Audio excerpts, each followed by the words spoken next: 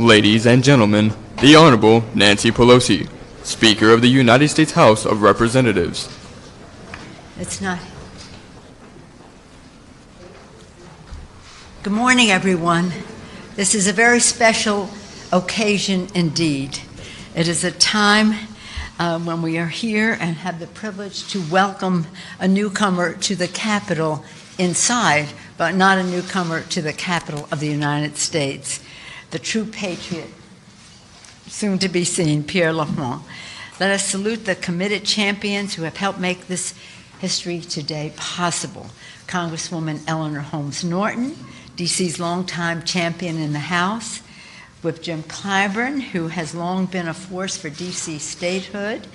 Chair Phil Mendelson of the D.C. Council, defender of D.C.'s right to self-governance, and of course, the mayor. Madam Mayor, who generously gifted this statue to the Congress in 2019, and the talented artist, Gordon Cray. Thank you, Madam Mayor. Thank you, Gordon. Thank you. Thanks also to Chair Zoe Lofgren, who accepted this statue on behalf of the House. Pierre L'Enfant belongs here in the Capitol among many heroes of our history. As a veteran of the Revolutionary War, did you know that? An architect of our stunning capital city, and a testament to this truth. Immigrants make America more American. As we unveil this statue, we are reminded of the fight for full equality for the district. Since 1864, every state has been invited to contribute 2 statues to the Capitol to pay tribute to their most distinguished heroes, but for too long, the D.C. has been excluded. That is why in 2013, we welcomed a statue of Frederick Douglass to Emancipation Hall. Now, D.C. will finally have equal recognition in the Capitol when it comes to statues. Another step towards statehood the district deserves. I won't go into my father and how he was the chair of the Appropriations Subcommittee on D.C. and how that was called the informal mayor of Washington, how he fought for home rule all those many years ago. Here on Capitol Hill, Congresswoman Eleanor Holmes Norton has been the leader of this fight, persistent, determined, dissatisfied, relentless. Indeed, in our caucus, she is known as the godmother of D.C. statehood, and we are proud to have twice passed this important legislation through the House. So it is appropriate that she join us here to take another step toward that goal as we unveil the District of Columbia's second statue in the Capitol. Matt, I welcome you to the stage, Madam District Representative Eleanor Holmes Norton.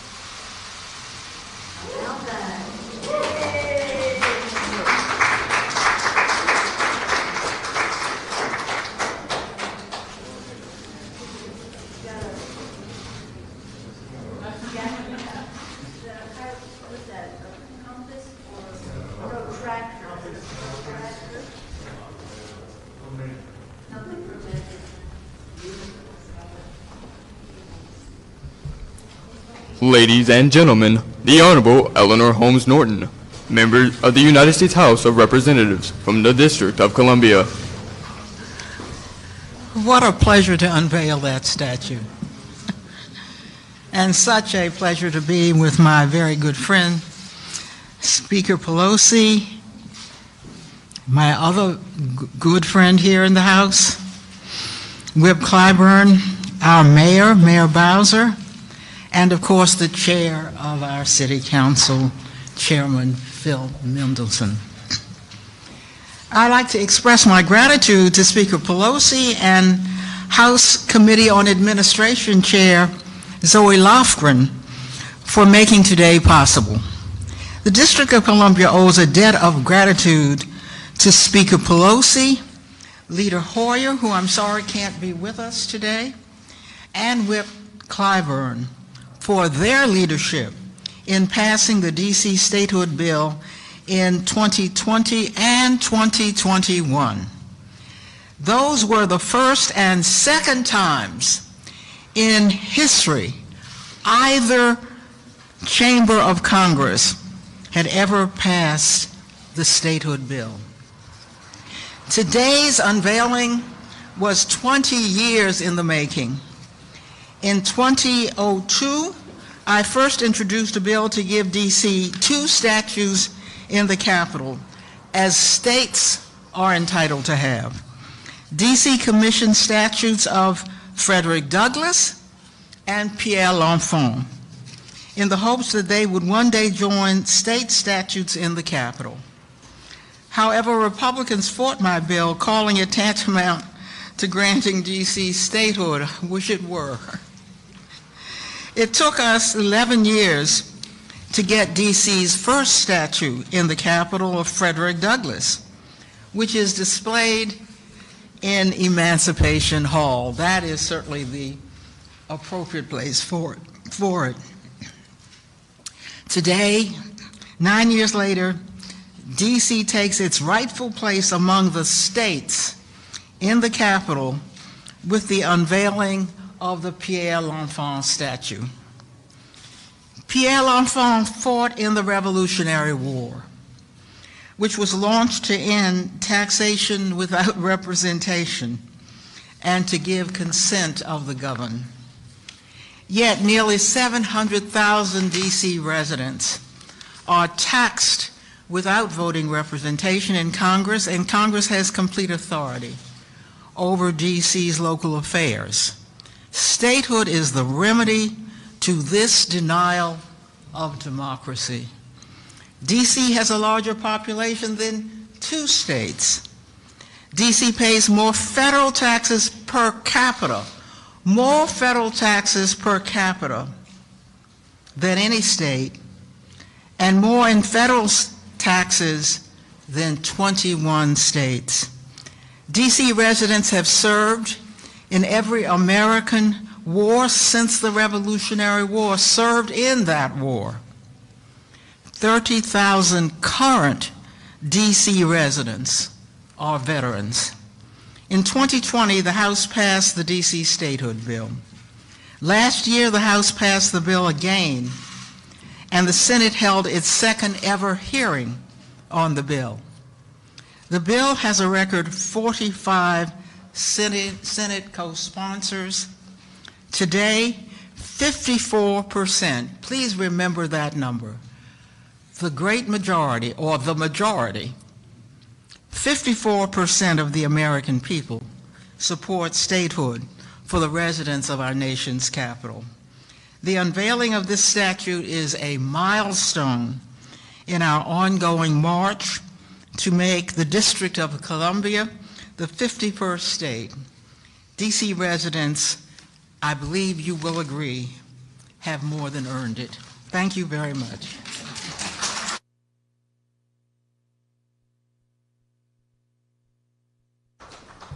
Ladies and gentlemen, the Honorable Muriel Bowser, Mayor of the District of Columbia. Well, thank you, Madam Speaker. Whip Clyburn, our champion, Congresswoman Eleanor Holmes Norton, Mr. Chairman, and guests. I am delighted to speak for 700,000 Washingtonians who proudly transferred in 2013 the statue of Frederick Douglass to Emancipation Hall. And today we are similarly proud to gift this statue of Pierre L'Enfant, and in doing so tell a more complete story of Washington, D.C.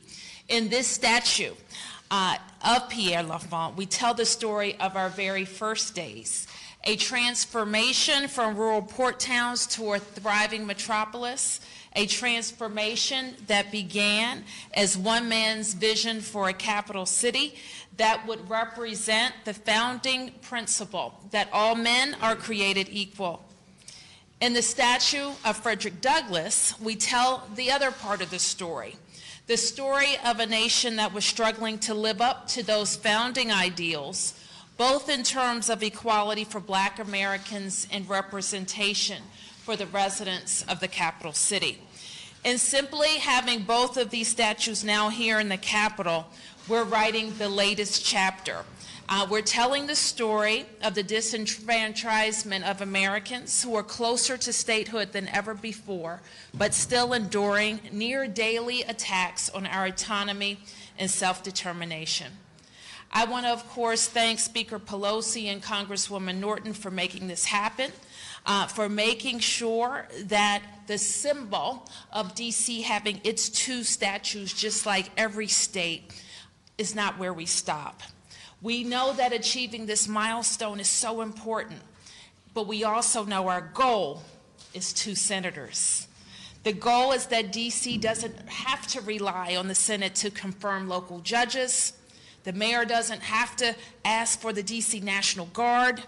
The goal is that D.C. residents who elect their local leaders to represent their values don't have those values or laws questioned by lawmakers who live thousands of miles away. I think today about all that's going on in the world, I'm sure we all are, about how 700 Washingtonians living in D.C. are too affected by national and international events, yet locked out of the decisions made here in the Congress.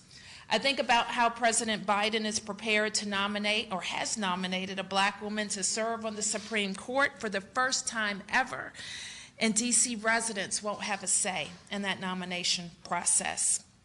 And with all that set to become before this Congress and the Supreme Court in the coming months and years, decisions that will affect our nation and our people, I think about the urgency that's before us to right the historic wrong by making Washington, D.C. the 51st state.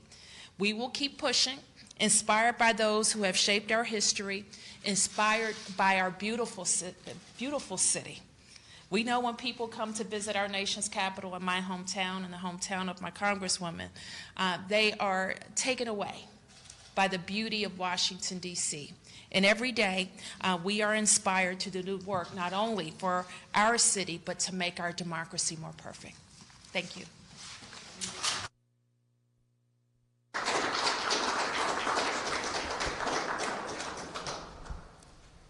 Ladies and gentlemen, the Honorable Phil Mendelson, Chairman of the Council of the District of Columbia. Thank you and good morning. Speaker Pelosi, Congresswoman Norton, Congressman Clyburn, Mayor Bowser, guests. I find it shocking that the architect of the grand plan, that is the District of Columbia, is not already honored in the Capitol building. Major Pierre L'Enfant had a vision that the new nation formed out of a revolution, a great experiment in democracy, should have a capital city that would grow to be the equal of the great capital cities of Europe. Interestingly, one of our founding fathers, Thomas Jefferson, then Secretary of State, disagreed. Jefferson, who disapproved of urban life, envisioned an enlarged Williamsburg, befitting an agrarian nation. Whatever.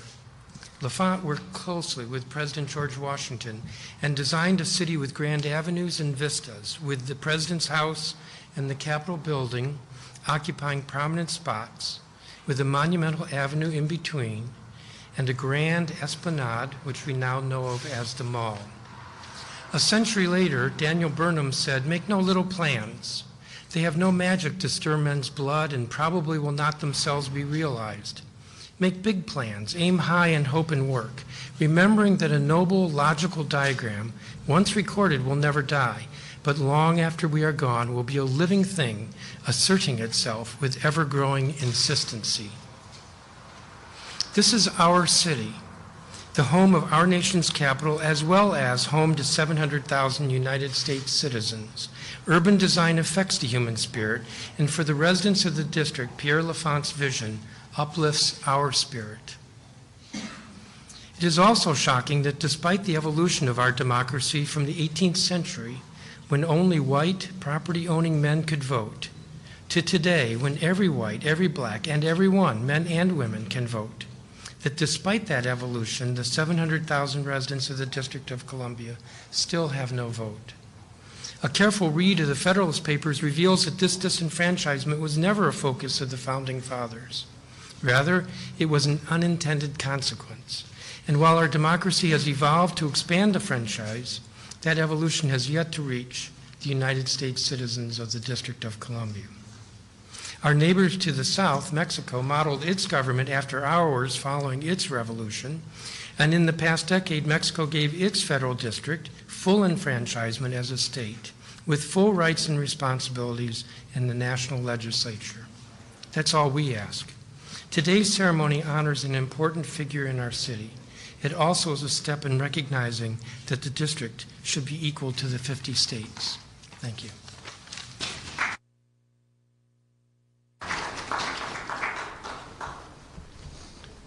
Ladies and gentlemen, Master Gunnery Sergeant Kevin Benier, the President's own United States Marine Band.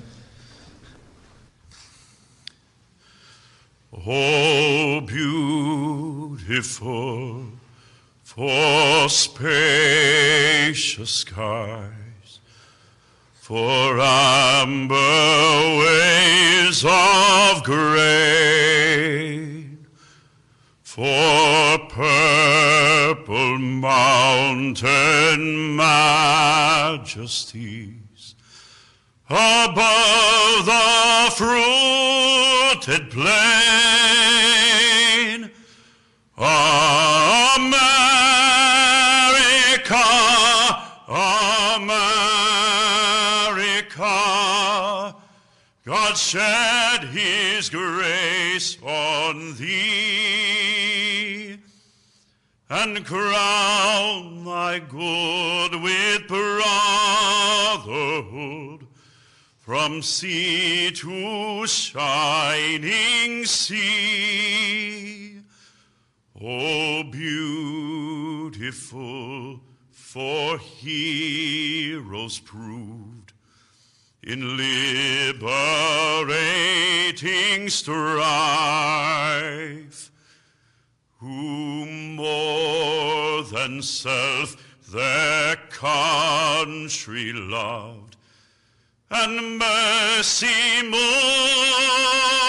than life. America, America,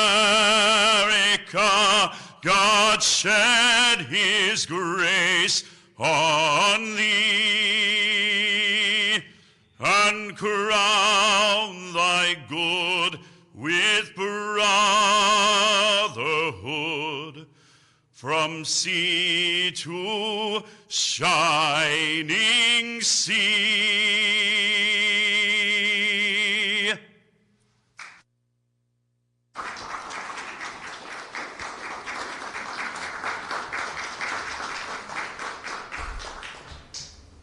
Ladies and gentlemen, the Honorable James E. Clyburn, Majority Whip of the United States House of Representatives.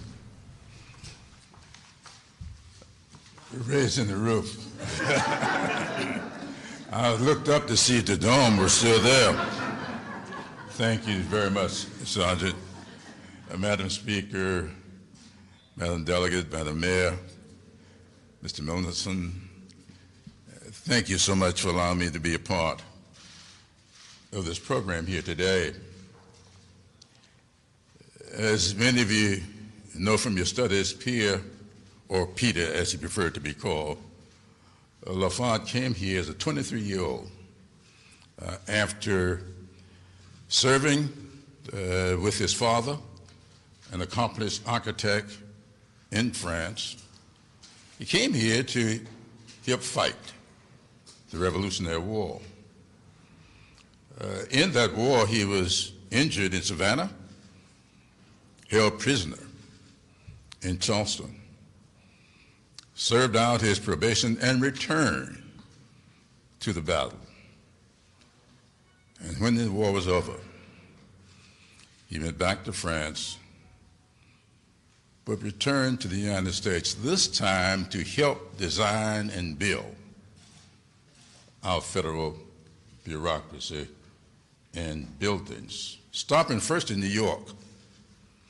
And there he caught the attention of George Washington, who hired him to come and help lay out the site for this great capital. Now, as many of you know, I grew up in the parsonage, and I tend to get a lot of my inspiration from biblical phrases. And I think it's in Proverbs 29:18, we learn that where there is no vision, the people perish. Now, I tend to play off of that a little bit and say, where there is vision, people flourish and thrive. And Pierre L'Enfant was a visionary. So much so until his vision, when it was challenged by the city fathers who did not have as much vision as he had, did not know of his conversations with George Washington and that he was laying out a grand design. Thomas Jefferson wanted him to limit it, cut it back, follow the little cities of Europe. And they asked George Washington to dismiss him, which he did with regret. So when Pierre L'Enfant left with all of his plans, this being Black History Month, the last day of Black History Month, I thought I might add that Benjamin Banneker, a native of Baltimore, had memorized all of what L'Enfant had done. And he stepped forward, and the Endicott family made the investment. And we now have this great city and its layout of monuments and buildings. It is another example of what happens when we get outside of our comfort zones, when we can bring in people who may look different from us and may have been raised different from us, but who are visionaries and have contributions to make. This city was laid out when people like Benjamin Banneker, the Endicott family, and George Washington got outside of their comfort zones and came together to make what we all enjoy today. Congratulations, Ms. Holmes Norton, for your vision in bringing us to this day. Thank you.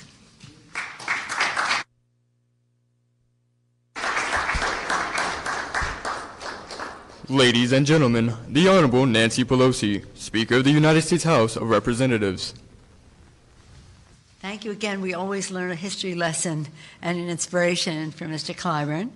Madam Mayor, it's an honor to have you here, Mr. Chairman, Madam Congresswoman, and let's just recognize the sculptor, Gordon Cray. Congratulations. It's so beautiful.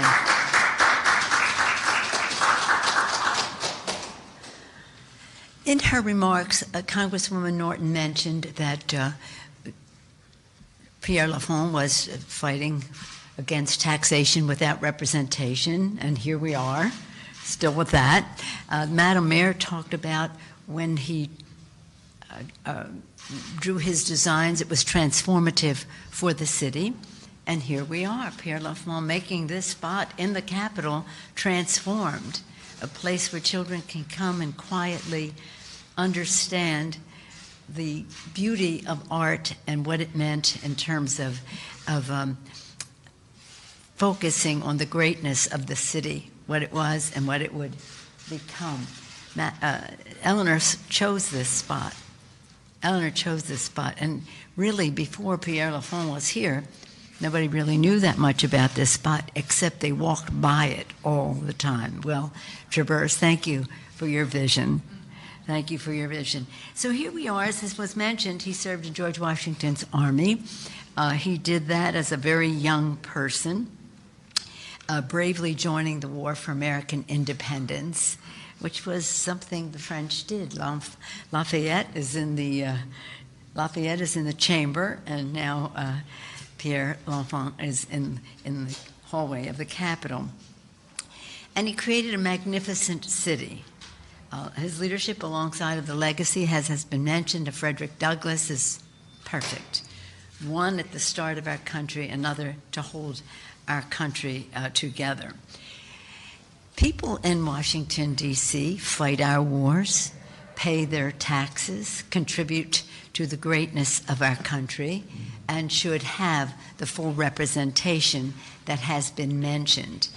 Maybe today will be sort of a pivot for us to get focused more. In the Senate, Senator Carper has led the way, and I want to acknowledge him. And in the House, Leader Hoyer has been a champion for this, and I want to acknowledge both of them.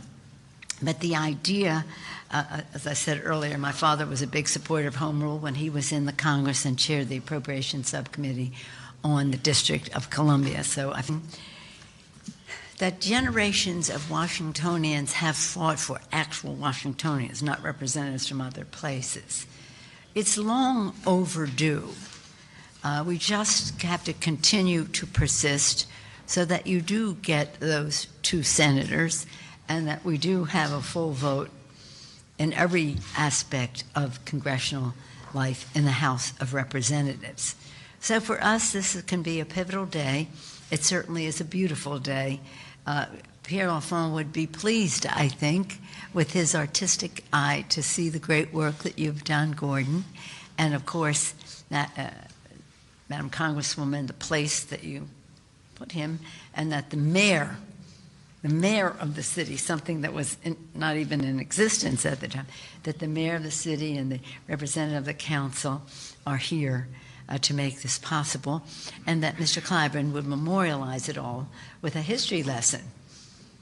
Somebody from Baltimore again, my father from Baltimore.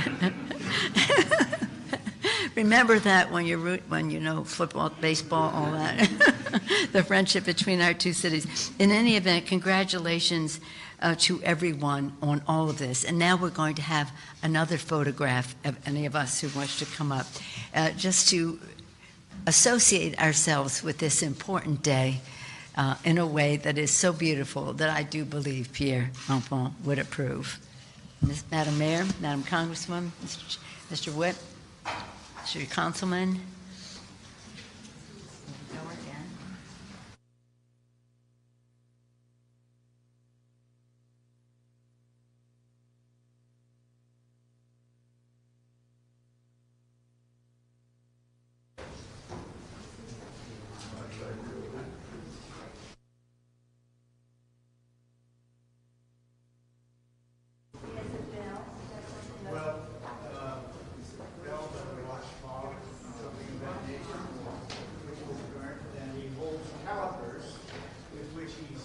Marking the map.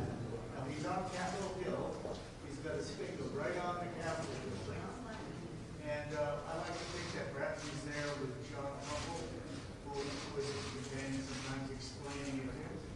He looks over at Georgetown as he faces west and points over to the Navy Yard location on the east branch, which we now call the Anacostia.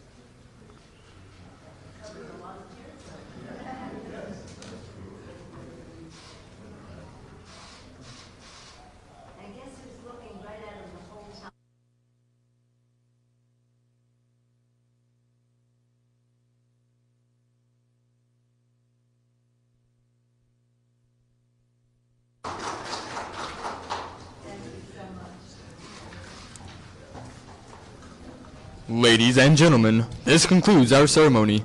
Thank you.